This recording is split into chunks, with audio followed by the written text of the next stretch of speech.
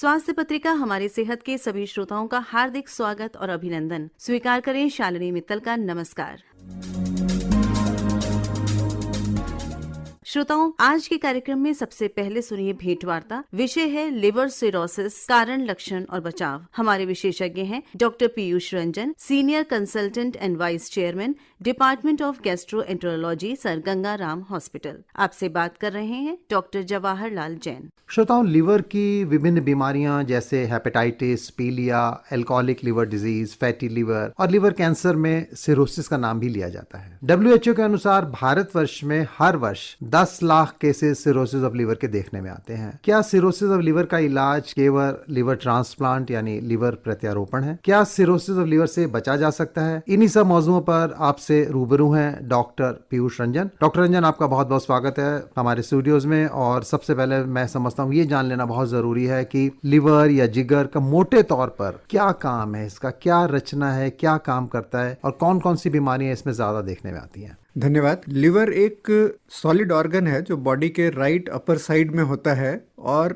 इसका वजन लगभग 1.5 किलोग्राम के आसपास होता है एवरेज। लिवर एक बहुत ही महत्वपूर्ण ऑर्गन है और अगर हम ऐसे कहें तो लिवर को हम बॉडी का मेटाबॉलिक इंजन कहते हैं, यानी कि ये मेटाबॉलिक वर्कहॉर्स है। शरीर की सारी सिंथेटिक फंक्शंस ऑलमोस्ट लिवर में होती हैं, यानी कि हमारे शरीर में जो भी प्रोटीन है इसमें से 95% प्रोटीन्स लिवर में बनाए जाते हैं। लिवर का दूसरा काम, जो खाना हम खाते हैं जो शरीर आंतों के जरिए पच करके आता है, वो जब खून आता है आंतों से पोर्टल वेन के जरिए वो लिवर के थ्रू आता है। तो लिवर एक तरह से उसको जो न्यूट्रिएंट्स होते हैं जो उनको ट्रैप करता है और उनको सिंथेसाइज करता है और इसके साथ साथ इम्यून फंक्शन यानी कि बॉडी की बीमारी से लड़ने वाली जो प्रक्रिया होती है उसमें एक बहुत ही महत्वपूर्ण रोल प्ले करता है। तो मोटे तौर पर ये बॉडी के जो महत्वपूर्ण न्यूट्रिशन, न्यूट्रिएंट्स का सिंथेसिस और इम्यून फंक्शन, ये लिवर के इंपॉर्टेंट फंक्शंस होते हैं। तो डॉक्टर रंजन, कौन कौन सी बीमारियां लिवर की मोटे तौर पर ज्यादा देखने में आती है? जब लिवर की बात है तो सीधा सोचते हैं भाई शराब पिए इसलिए लिवर खराब हो गया, तो कोई मोटी बीमारियां हैं जो ज्यादा देखने में आती हैं? देखिए, आपने जो इंट्रोडक्शन में एक टर्म यूज किया लिवर सिरोसिस, तो लिवर सिरोसिस एक तरह की जो कंडीशन होती है ये होती है शरीर लिवर के अंदर किसी भी कारण से यदि काफी लंबे टाइम तक कोई प्रॉब्लम चल रही हो यानी कि इन्फ्लेमेशन चल रही हो तो उसका जो एंड रिजल्ट होता है उसको लिवर सिरोसिस कहते हैं। यानी कि लिवर की स्ट्रक्चर बदल जाए और साथ में लिवर के काम करने की ताकत कम हो जाए। जब ये स्टेज सिर्फ इन्फ्लेमेशन तक होती है तो इसको एक ब्रॉड टर्म हम कहते हैं हेपेटाइटिस है। ये हेपेटाइटिस विभिन्न कारणों से हो सकता है, जिसमें से सबसे प्रमुख वायरल हेपेटाइटिस हैं जो हेपेटाइटिस बी और सी हैं, जो लंबे समय तक चल के सिरोसिस कर सकते हैं। यहाँ पर हम उन बीमारियों की बात करेंगे जो जिनका एंड रिजल्ट सिरोसिस हो सकता है। तो ये वायरल हेपेटाइटिस में हेपेटाइटिस बी और सी हैं। दूसरा, अल्कोहल, आपने नाम लिया। अल्कोहलिक लिवर डिजीज एक बीमारियों की कैटेगरी है। लिवर में अल्कोहल के कारण शुरू में फैटी लिवर होता है, फिर लिवर में जब इन्फ्लेमेशन होती है उसको अल्कोहलिक हेपेटाइटिस कहते हैं और इसका एंड रिजल्ट लिवर सिरोसिस होता है। इसके अलावा हेपेटाइटिस बहुत से दूसरे कारणों से होता है, जिसमें सबसे प्रमुख आज के टाइम में लिवर में फैट यानी कि चर्बी भरने से होता है, जिसको फैटी लिवर कहते हैं। फैटी लिवर अगेन एक ग्रुप ऑफ डिजीजेस हैं, जैसे जिसमें 5 प्रमुख कारण अगर मैं आपको बताऊं तो अल्कोहल, मोटापा, शुगर, कोलेस्ट्रॉल बढ़ा होना, थायराइड, ये 5 प्रमुख कारण है जिससे लिवर में चर्बी भरती है। और हमारी जीवन शैली जैसे जैसे बदल रही है, फिजिकल एक्सरसाइज कम हो रहा है और ओबेसिटी यानी कि मोटापे की संख्या, यदि मैं आपको बताऊं हमारे देश में लगभग 35 से 40% लोग हैं जो ओबेसिटी के क्राइटेरिया को फुलफिल करते हैं, उसकी परिभाषा के अंदर आते हैं। तो लिवर, फैटी लिवर लंबे टाइम तक अगर चलता रहे तो ये लिवर के अंदर होने वाली इन्फ्लेमेशन सिरोसिस का रूप ले सकती है। इसके अलावा अन्य मेटाबॉलिक रीजंस, जिसको auto immune hepatitis, Wilson's disease, ये कुछ अनकॉमन बट बहुत ही महत्वपूर्ण कारण है जिनका दवाइयों के जरिए इलाज है, जिसके जरिए लिवर सिरोसिस को रोका जा सकता है। तो अगर हम मोटे तौर पे बात करें, viral hepatitis, alcoholic liver disease और फैटी लिवर, ये 3 सबसे प्रमुख कारण हैं लिवर सिरोसिस होने के, अगर लिवर की बीमारी लंबे टाइम तक चलती है। और इनके अलावा auto immune hepatitis, Wilson's disease, ये इनके बाद इनकी नंबर आती है जब हम लिवर सिरोसिस की बात करते हैं। तो डॉक्टर साहब, जब सिरोसिस ऑफ लिवर है इसमें कोई एज का भी कोई क्राइटेरिया है कि भाई 45 से 50 में ही होगी, 30 साल वाले को नहीं होगी, या कोई सोशो इकोनॉमिक स्टेटस का भी है कि भाई गरीब है तो ही होगी या आर्थिक वर्ग से कमजोर है उसको होगी? कोई ऐसा कुछ कह सकते हैं आप कि भाई किन किन लोगों में ज्यादा इसका रिस्क फैक्टर है? जी, इसका ये है कि इसमें जेंडर से कुछ स्पेसिफिक बीमारियों का संबंध है। सेक्स से, जैसे ऑटोइम्यून हेपेटाइटिस महिलाओं में ज्यादा कॉमन है। अल्कोहलिक लिवर डिजीज जो है, इसमें है कि जैसा हमारे समाज में है कि अल्कोहल इंटेक पुरुषों में ज्यादा है, तो ये पुरुषों में ज्यादा होती है, पर इसमें एक स्पेसिफिक फैक्ट है कि अगर महिलाएं भी शराब पिए, जिसकी संख्या अब कम नहीं है, ये काफी जैसे सामाजिक बदलाव हो रहा है, इनकी संख्या भी बढ़ रही है, तो पुरुषों को जितनी मात्रा लेने से लिवर में खराबी आती है, उससे लगभग 50% कम पे महिलाओं को खराबी आ सकती है। बट चूंकि पुरुष ज्यादा मात्रा में पीते हैं, तो पुरुषों को अल्कोहलिक फैटी लिवर ज्यादा होता है, अल्कोहलिक सिरोसिस ज्यादा तक पुरुष होते हैं।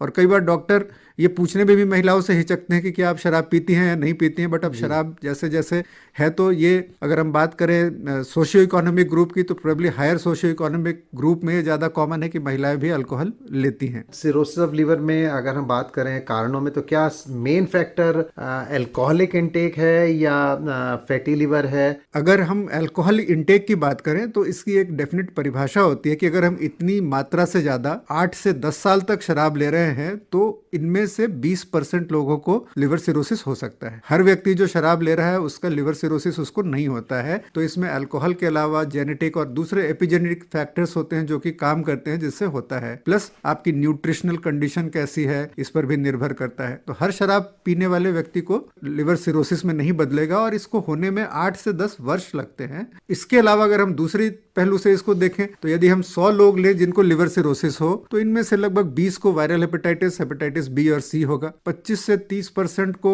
अल्कोहलिक लिवर डिजीज के कारण होगा। और अब जैसा मैंने आपको बताया, जैसे जैसे ओबेसिटी यानी कि मोटापा बढ़ रहा है, फैटी लिवर जिसको नॉन अल्कोहलिक स्टीएटोहेपेटाइटिस कहते हैं, यानी ऐसे लोग जिनको बिना शराब पिए लिवर में चर्बी जमा हो रही हो, उसको नैश यानी कि नॉन अल्कोहलिक स्टीएटोहेपेटाइटिस कहते हैं, non alcoholic fatty liver disease, उनकी संख्या अब सबसे ज्यादा बढ़ रही है। अगर हम इसको और मैं थोड़ा विस्तार में आपको बताऊं, जैसे हेपेटाइटिस बी है, हेपेटाइटिस बी के लिए बहुत ही इफेक्टिव टीका है, कारगर टीका है, जो हमारे देश के नेशनल इम्यूनाइजेशन प्रोग्राम में शामिल है, जन्म के समय बच्चों को लगता है। हेपेटाइटिस बी के लिए दवा भी काफी कारगर है, हेपेटाइटिस सी के लिए दवाइयां काफी कारगर हैं, और प्लस अब ब्लड बैंक में स्क्रीनिंग के कारण इसकी संख्या घट रही है। तो अगर हम पिछले 15-20 सालों में देखें तो इसका एपिडेमियोलॉजिकल पैटर्न बदल रहा है। पहले हेपेटाइटिस बी और सी सबसे ज्यादा देखने को मिलते थे, पर अब इसके इलाज और बचाव के कारण अब ज्यादा अल्कोहल और fatty liver disease related cirrhosis हैं।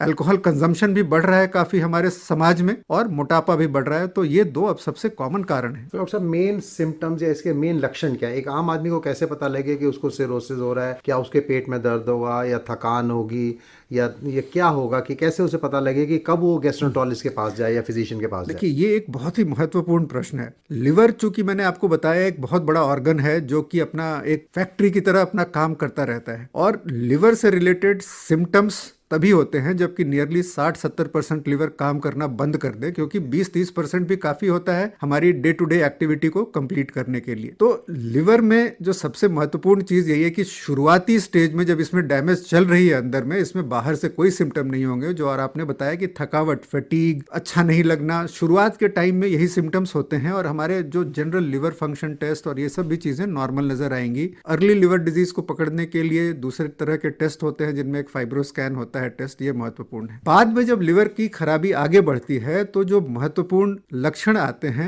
उनमें एक है पीलिया, यानी कि आंखों में पीलापन नजर आना। दूसरा है उल्टी में खून आना, यानी कि हेमाटोमेसिस, तो ये उल्टी में खून के रूप में आ सकता है या काले रंग की लैट्रिन के रूप में आ सकता है। तीसरी महत्वपूर्ण चीज होती है असाइटिस, यानी कि पेट में पानी भरना। ये 3 सबसे कॉमन चीजें हैं। इसके अलावा बेहोशी की हालत आना, जिसको लिवर के कारण हेपेटिक एन्सेफेलोपैथी कहते हैं। लिवर के कारण आदमी थोड़ा उसका मानसिक संतुलन खोया सा लगता है, और ऐसा लगता है कि या तो शराब पी रखी है या फिर ज्यादा सो रहा है, ये हेपेटिक एन्सेफेलोपैथी। और पांचवा एक महत्वपूर्ण जो लक्षण होता है, जो लिवर डिजीज का कॉम्प्लिकेशन है, लिवर के अंदर कैंसर होना, लिवर हेपेटोसेलुलर कार्सिनोमा, ये लिवर डिजीज का एक इंपॉर्टेंट कॉम्प्लिकेशन है। और कई बार ये पहली बार जब लिवर की बीमारी तभी पता चलती है जब लिवर के अंदर ट्यूमर नजर आ रहा हो। तो डॉक्टर रंजन, आप इसे डायग्नोज कैसे करते हैं? क्या हर सिर्फ ब्लड टेस्ट से, लिवर फंक्शन टेस्ट से, या फाइब्रोस्कैन से, या MRI वगैरह से, इनसे डायग्नोज होता है, या क्लिनिकली से भी डायग्नोज? देखिए, लिवर सिरोसिस जैसा मैंने कहा कि एक कोई पर्टिकुलर बीमारी नहीं है, एक क्लस्टर ऑफ साइंस, सिम्टम्स और ये चीजें होती हैं इसमें। तो बीमारी के लिए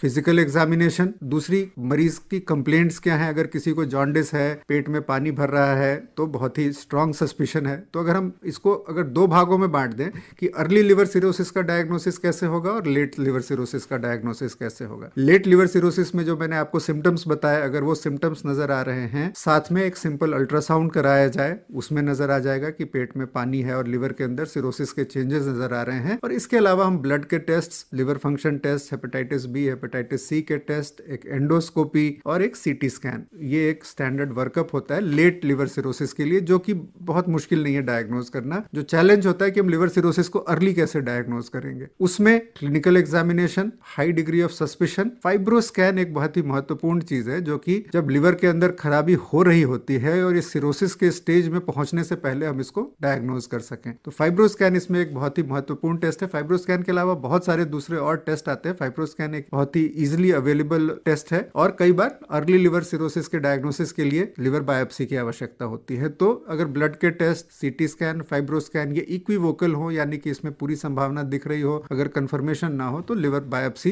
बट अब लिवर बायोप्सी जब से फाइब्रोस्कैन उपलब्ध हुआ है इसकी आवश्यकता काफी कम पड़ती है। बट ये सारे टेस्ट हैं जो कि क्लिनिकल एग्जामिनेशन के अलावा लिवर सिरोसिस को डायग्नोज करने में मदद करते तो हैं। फाइब्रोस्कैन एक आसान सा टेस्ट है, इजीली हो जाता है या कोई इन्वेजिव या बिल्कुल, किस तरह? फाइब्रोस्कैन बिल्कुल एक अल्ट्रासाउंड की तरह का टेस्ट है। इसको करने में 5 से 7 मिनट लगते हैं। ये बेसिकली लिवर की स्टिफनेस को बताता है। लिवर, नॉर्मल लिवर अगर होता है ये प्लायबल होता है, यानी कि इसमें एक इलास्टिसिटी होती है। जैसे जैसे लिवर में डैमेज होता है तो आप इसकी कल्पना कीजिए कि जो कोई चीज रिपेयर हो रही हो डैमेज के बाद बार बार, तो उसकी स्टिफनेस बढ़ जाएगी, उसकी संरचना बदल रही है। तो वो एक अल्ट्रासाउंड के समान एक सिंपल टेस्ट होता है जिसके जरिए हम इसको पता कर सकते हैं। डॉक्टर साहब, ये भारत में इस तरह की समस्या कितनी है लिवर सिरोसिस? क्योंकि कहते हैं कि highest rate of liver cirrhosis वो इजिप्ट में और मंगोलिया में है, तो भारत में कितनी समस्या आपको लगती है कि होगी? आप इतनी बड़ी ओपीडी चलाते हैं, तो रफली किस तरह की प्रॉब्लम है? वाकई बहुत गंभीर समस्या है? बिल्कुल। इजिप्ट में जहां तक आपने बात की, इजिप्ट में एक समय में हेपेटाइटिस सी बहुत ही कॉमन था जी।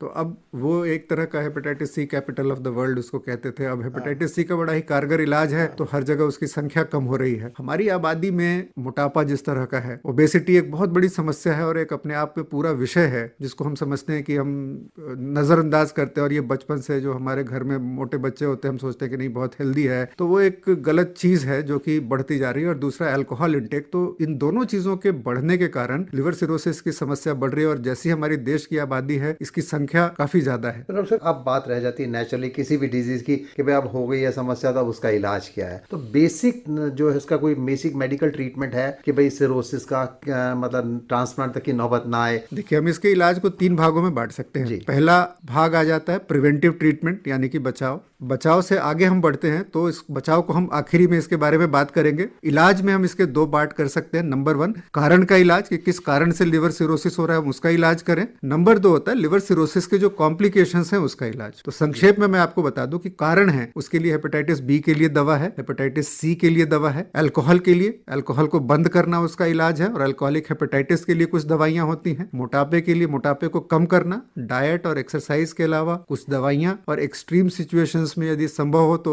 Bariatric surgery. तो ये कारण को कम करने की बात हो गई। ऑटो इम्यून हेपेटाइटिस और विल्सन्स डिजीज मैंने शुरू में जिक्र किया था, ये अनकॉमन बीमारियां हैं बट इनका इलाज दवाइयों के जरिए काफी कारगर ढंग से संभव है। तो ये कारणों का इलाज हो गया कि अगर हम इनको रोकें तो लिवर में फर्दर डैमेज बंद होगा। जब लिवर सिरोसिस हो गया उसके कारण जो समस्याएं हो रही, तो जो सिम्टम्स में मैंने जिक्र किया था, उल्टी में खून आना, तो उसके लिए एंडोस्कोपी करके जो खाने की नली में खून की नसें बढ़ जाती हैं उसमें इंजेक्शन, बैंडिंग करना, और उसके लिए दवाइयां होती हैं। तो ब्लीडिंग को रोकने का इलाज, पेट में जो पानी भर रहा है उसके लिए पेशाब बढ़ाने की दवाइयां जिसके जरिए वो पानी कंट्रोल हो।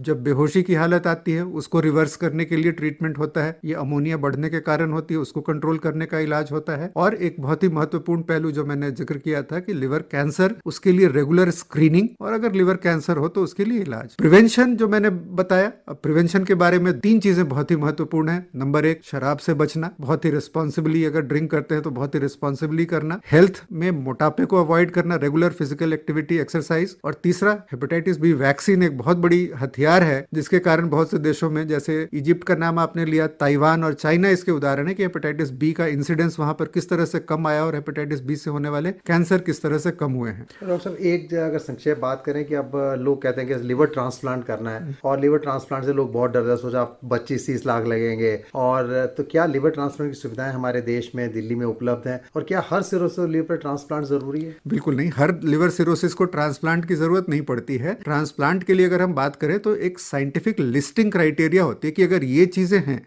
लिवर की सिवियरिटी को हम 2 सिंपल स्कोर से बताते हैं, एक कहते हैं चाइल्ड स्कोर और दूसरा होता है मेल्ड स्कोर। तो अगर ये निश्चित रूप से चाइल्ड स्कोर और मेल्ड स्कोर के नंबर्स पर डिपेंड करता है कि कब ट्रांसप्लांट के लिए सजेस्ट किया जाता है। ट्रांसप्लांट 2 तरीकों से हो सकता है। एक LDLT होता है जिसमें लाइव डोनर होता है, मतलब हमारे कोई रिश्तेदार जिनका सेम ब्लड ग्रुप हो वो लिवर डोनेट करते हैं, और दूसरा होता है DDLT यानी डिसीज डोनर, यानी कि जो एक एल्ट्रुइस्टिक तौर पे जो मृत व्यक्तियों से डोनेशन होती है वो होती है। तो इन दोनों में फर्क ये है कि एक तो हमारे यहाँ डोनेशन ज्यादा नहीं होते हैं, लोग ऑर्गन डोनेशंस के लिए वॉलंटियर नहीं करते हैं, तो उसकी कमी होती है। और उसके अभाव में दिल्ली के अंदर या पूरे हमारे देश में ज्यादातर, at least northern part of India में ज्यादातर ट्रांसप्लांट लाइव रिलेटेड ट्रांसप्लांट होते हैं। ट्रांसप्लांट की काफी अच्छी सुविधाएं हैं।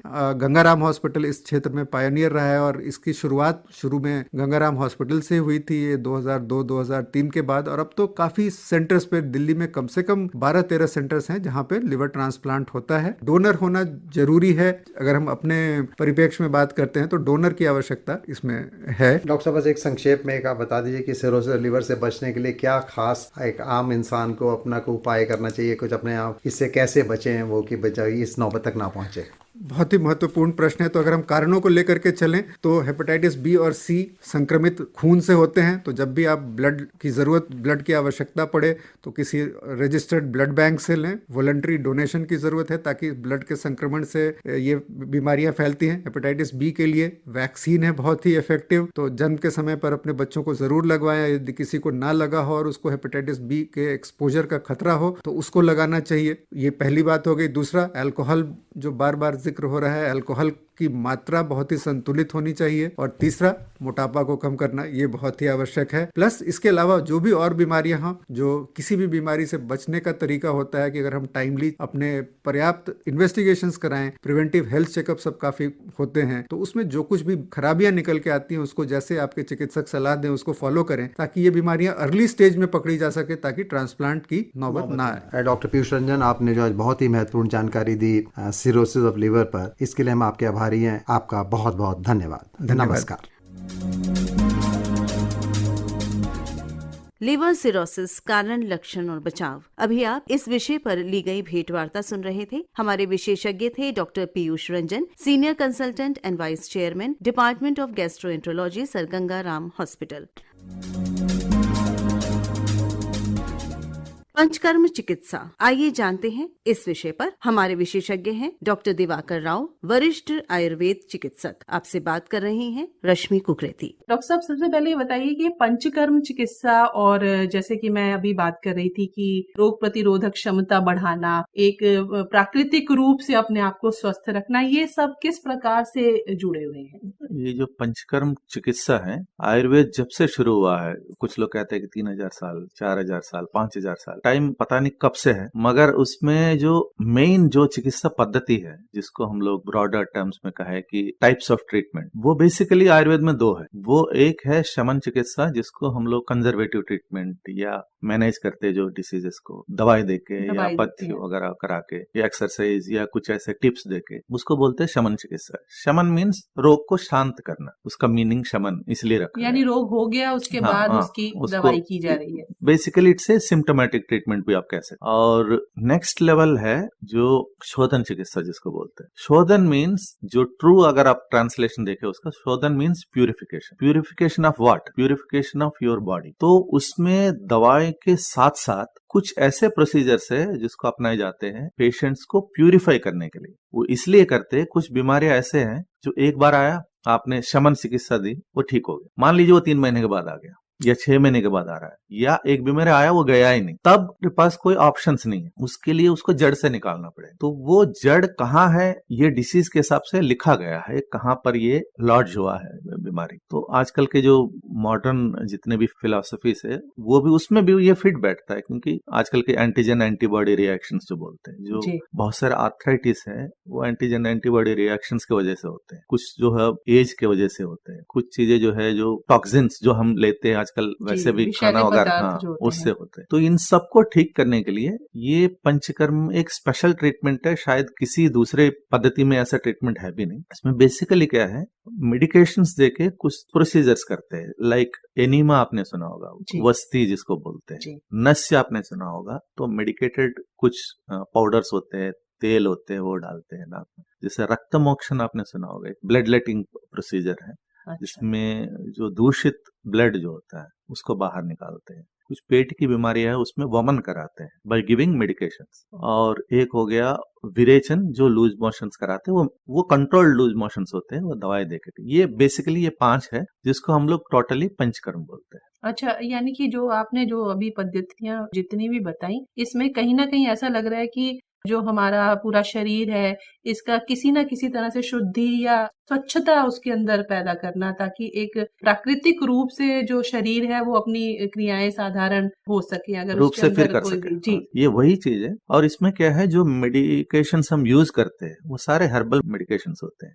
तो इसमें ऐसा कोई साइड इफेक्ट्स भी नहीं है। और इससे जो पुराने बीमारी, खासकर जिसको क्रॉनिक डिसीजेस हम बोलते हैं, फॉर एग्जांपल एक्जिमा है, मैं एक एग्जांपल दे रहा हूँ, जो स्किन डिसीज है, जिसमें खुजली वगैरह हो हाँ, वो जाती है। सालों साल चलता है, जी और बीच बीच में फिर इचिंग होता है, फिर ड्राइनेस होता है, फिर कोई क्रीम लगा के उसको शांत कर दिया जाता है 2-4 महीने के लिए, फिर वो हो जाता है। फिर पेशेंट को मेंटली भी वो तंग करता है, स्ट्रेस ज्यादा होता है तब भी वो बढ़ जाता है, कुछ ऐसे भी एक वैरायटी है। तो ऐसे जितने भी क्रॉनिक बीमारी है, जैसे आर्थराइटिस है जो क्रॉनिक हो गया, बाकी दवाइयों से ठीक नहीं हो रहा है, तब इसको पंचकर्म को अडॉप्ट कर। तो एक रोगी अगर आपके पास कोई शिकायत लेकर आता है और उसने दवाइयां खाई और उसके बाद भी वो ठीक नहीं हो पाता है, तो शायद उसको कहीं उस चिकित्सा की जरूरत है, जो शोधन चिकित्सा आपने जिसका जिक्र अभी किया। हाँ बिल्कुल, इसमें हम लोग कुछ पैरामीटर्स है इसका। जी जैसे बच्चों को नहीं करते हैं पंचकर्मा, क्योंकि वो लोग वमन विरेचन के लिए वो लोग उसको इजीली ले नहीं पाते हैं, उनको जी दिक्कत होती है। बहुत ज्यादा ओल्ड एज है तब भी हम नहीं करते हैं। प्रेग्नेंट लेडीज, उनको हम नहीं करते हैं। तो कुछ और कंडीशंस है जिसमें ये नहीं करना चाहिए नहीं वैसे। करना चाहिए, ठीक है। बाकी जितने भी कंडीशन है सब में आप पंचकर्म कर सकते हैं। उसमें पंचकर्म के 3 मेन उसका डिविजन है, जिसमें पेशेंट को एक बार भर्ती करने के बाद कुछ कर्म ऐसे होते हैं जिसको पूर्व कर्म बोलते हैं, जैसे अभ्यंग, फर्मेंटेशन करना, पेशेंट को तैयार करना उसके अच्छा। लिए, वो 2-4 दिन का होता है। फिर उसके बाद प्रधान कर्म, जिसमें ये सारे कर्म आते हैं, जैसे वमन है, विरेचन है, वस्ती है, नस्य है, रक्तमोक्षण है, ये कुछ दिन चलता है। उसके बाद फिर पश्चात कर्म, जो उनको फॉलो अप ट्रीटमेंट जैसे आप मान सकते हो। ये पूरा जो है एक पैकेज होता है। जैसे पूर्व कर्म किया 5-7 दिन, फिर प्रधान कर्म 1-2 दिन या 3 दिन, जो भी है 7 दिन, वो depending upon the disease condition. उसके बाद पश्चात कर्म 3 दिन, 5 दिन, 7 दिन। जी तो ये पूरा लगभग मिनिमम आप मान के चलिए कि ये 21 दिन का प्रोग्राम। जी डॉक्टर साहब, जो अभी आपने बताया, सामान्यतः जब हम किसी भी आयुर्वेद चिकित्सक के पास जाते हैं तो वो एक ओपीडी ट्रीटमेंट रहता है कि हम गए, अपने वैद्य को, चिकित्सक को कंसल्ट किया, बातचीत की, दवाई ली, दवाई खाई। परंतु जो अभी आपने क्या क्या इसके लिए कहीं भर्ती होना पड़ता है? कोई केंद्र, विशेष केंद्र होते हैं जहाँ ये, या हम घर में बैठकर ही ये पंचकर्म होता है? नहीं, पहली बात ये घर में बैठ के तो नहीं कर सकते। ओपीडी लेवल पे कुछ लोग करते हैं, मगर हम लोग उसको एडवाइज नहीं करते, क्योंकि पंचकर्म चिकित्सा के दौरान बहुत सारे परहेज वगैरह करना पड़ता है, और बहुत सारे जो ट्रीटमेंट प्रोसीजर्स ऐसे हैं जो आपको दोपहर में करना पड़ेगा। आप पेशेंट को 8 बजे बुला लिया, फिर घर भेज दिया, दिल्ली जैसी जगह में ये पॉसिबल नहीं है। यानी कहीं केंद्र होता है हाँ, पंचकर्म अंडर केंद्र मेडिकल, रहता है। हाँ, सुपरविजन ही उसको ट्रीटमेंट कराना सही रहता है। जी, तो कितने दिन का ये चलता है? और हम किसी बीमारी को लेकर समझना चाहें कि मान लीजिए, जैसे अभी आपने गठिया की बात की, हम्म। तो अगर इसमें गठिया का एक मरीज आता है तो किस तरह से ये आप इसमें उनको एडवाइस बेसिकली करते हैं? मिनिमम 15 डेज, जी। मैक्सिमम 21 डेज, तो इतना टाइम तो लगता ही है। इतना टाइम पेशेंट को देना भी चाहिए। इसमें देखिए फायदा है पेशेंट को, जैसे आर्थराइटिस है, वो हर 4 महीना में मतलब दवाई जो चेंज कर रहा है या दूसरे सिस्टम में जा रहा है, तो कम से कम महीने में एक बार तो वो डिस्पेंसरी विजिट करता होगा या 2 हफ्ते में एक बार। पंचकर्म कराने से काफी लंबा जो समय होता है तब तक वो डिसीज फ्री रहता है, तो डिस्पेंसरी आने के खर्चा और बाकी हेडेक वैसे ही खत्म हो जाता है। बहुत सारे डिसीजेस में ऐसा होता है कि पंचकर्म पुनः पुनः मीन्स बार बार करना होता है। जैसे स्किन डिसीजेस है, हो सकता है 3 महीने के बाद बुला ले, आर्थराइटिस हो सकता है 6 महीने के बाद बुला ले या साल भर के बाद बुला ले। तो किसी किसी डिसीज में एक ही बार करने से भी हो सकता है, जैसे आजकल वेट लॉस आजकल चल रहा है, तो इसमें हो सकता है 3-3 महीने में बुलाए। तो डिसीज के ऊपर डिपेंड करता है कि कितने बार उसको आना चाहिए। जैसे माइग्रेन जिनको रहता है, सर में दर्द रहता है, हम घर में कहते हैं कि थोड़ा सा सरसों के तेल में पानी मिला के अगर सर पर हल्की मालिश कर दो, कई बार आराम भी आ जाता है। क्या ये भी एक तरह से कहीं वहीं से निकला हुआ है? जैसे दादी नानियां हमारी किया करती थी कि भाई सर में तरावट थोड़ी सी आ जाती है, क्या ये रूप माइग्रेन वाले व्यक्ति को कहीं फायदा होता है इसमें? कॉमन मैन को बहुत सारे चीज बिना आयुर्वेद पढ़े ही वो समझ लेता है, क्योंकि आयुर्वेद और जो कॉमन सेंस है वो दोनों साथ साथ चलते हैं। जी बिल्कुल। इसमें देखिए, पेन आपने बोला, पेन वात से रिलेटेड, तो वात एक प्रकृति हो गया और वही रोग भी हो गया, बढ़ गया तो पेन हो गया, रोग हो गया। वात को कम करने के लिए आयुर्वेद में सबसे पहले जो ट्रीटमेंट बताते हैं वो तेल, जितने भी आप वो देख लीजिए वो तेल से मिश्रित होते हैं दवाई वगैरह। तो यहाँ कॉमन सेंस भी वही है और आयुर्वेद में भी वही सेम चीज बताया। तो तेल लगाने से बहुत सारे जो पेन है वो ठीक होते हैं। वो इसलिए होते हैं, तेल देखिए ये जिसमें लाइपोप्रोटीन्स होते हैं, जिसमें कुछ दवाई वो मिक्स होते हैं, कुछ जो है पानी के साथ मिक्स होते हैं। ये लोग 3000 साल पहले ये जान चुके हैं कि कुछ दवाई जो है तेल के साथ देने से वो काम करते हैं, कुछ दवाई वाटर के साथ देने से काम करते हैं, कुछ दवाई पाउडर देने से काम करते हैं। ये जो पेन के जितने भी दवाई है उसमें जो हर्बल्स मिलाए जाते हैं वो सारे जो है फैट के साथ अच्छी तरह जुड़ जाते हैं और बॉडी के अंदर इजीली चले। वो सेम चीज आप पानी में मिला के दीजिए, वो असर नहीं। ये साइंटिफिक है। तो जो ये शिरोधारा वगैरह जो दिया जाता है पंचकर्म चिकित्सा में, ये भी एक तरह से हम लोग देखते हैं जो केरल आयुर्वेदिक चिकित्सा के फोटोग्राफ्स देखे हैं, उसमें हमने देखा है कि एक व्यक्ति लेटे हुए हैं और उनके ऊपर कुछ तो तेल सा कुछ तो गिरा है। क्या ऐसा ही कुछ रूप में होता है? ये मैंने पहले ही बताया, ये पूर्व कर्म जो कहा था ना मैंने, ये सारे पूर्व कर्म है। अच्छा, पूर्व कर्म के रूप में होता है। बहुत लोगों को तेल पिलाया जाता है या अभ्यंग कराया जाता है या नाड़ी स्वेद जो फर्मेंटेशन दिया जाता है, उसी में जो सर का जो करते हैं उसमें ये आते हैं। शिरोधारा है, धारा मतलब कोई भी एक चीज ऊपर से एक सर्टेन लेवल होता है, उसपे ऊपर उसमें तेल भी है, दूध भी है, तक्र भी है, डिपेंड करता है कंडीशन क्या। ये सब इसलिए करते हैं कि उसका तेल तो तेल नहीं होता है, उसके अंदर दवाई भी होती है। वो आपके जितने भी पोर्स है उसके थ्रू वो अंदर जाए। बेसिकली जो है वो करने का मकसद ये है कि जो दवाई का एक्टिव इंग्रेडिएंट है वो अंदर चले। फॉर एग्जांपल कोई एक दवाई है, आपने ओरली लिया मतलब खा लिया, हो सकता है यहाँ तक ना पहुंचे। कोई आप ऐसे चीज है जिसने आपने खाया, आपको जॉइंट तक पहुंचना है, हो सकता है वहां तक ना पहुंचे हो। जी, तो इसके अतिरिक्त आप क्या कहना चाहेंगे डॉक्टर साहब पंचकर्म के बारे में? पंचकर्म के देखिए फायदे बहुत है। पहले तो प्रोस एंड कॉन्स गिनने से पहले प्रोस बताएंगे कि अगर आपको ऐसी कोई बीमारी है, स्किन डिसीज है, कोई आस्थमा टाइप के जो क्रॉनिक बीमारियां है, जैसे डायबिटीज है, जैसे आर्थराइटिस है, तो आप दवाई खाने से अच्छा है जरूर एक बार पंचकर्म आप छुट्टी लीजिए, 15 दिन 21 दिन जो भी है। हेल्थ से बढ़िया चीज बड़ी चीज कोई है, ये सबसे बड़ा धन है। हाँ, जो आप कहीं भी अच्छे हॉस्पिटल्स में, जैसे आजकल गवर्नमेंट हॉस्पिटल्स अच्छे हैं दिल्ली में, वहाँ आप जाइए और पंचकर्म कराइए। इससे बहुत आपको फायदे मिलेंगे, आपके दवाई के डोज कम हो जाएंगे। कुछ ऐसे बीमारियां हो सकता है वो जड़ से निकल जाए, आप बिल्कुल बीमारी मुक्त हो जाएंगे उससे।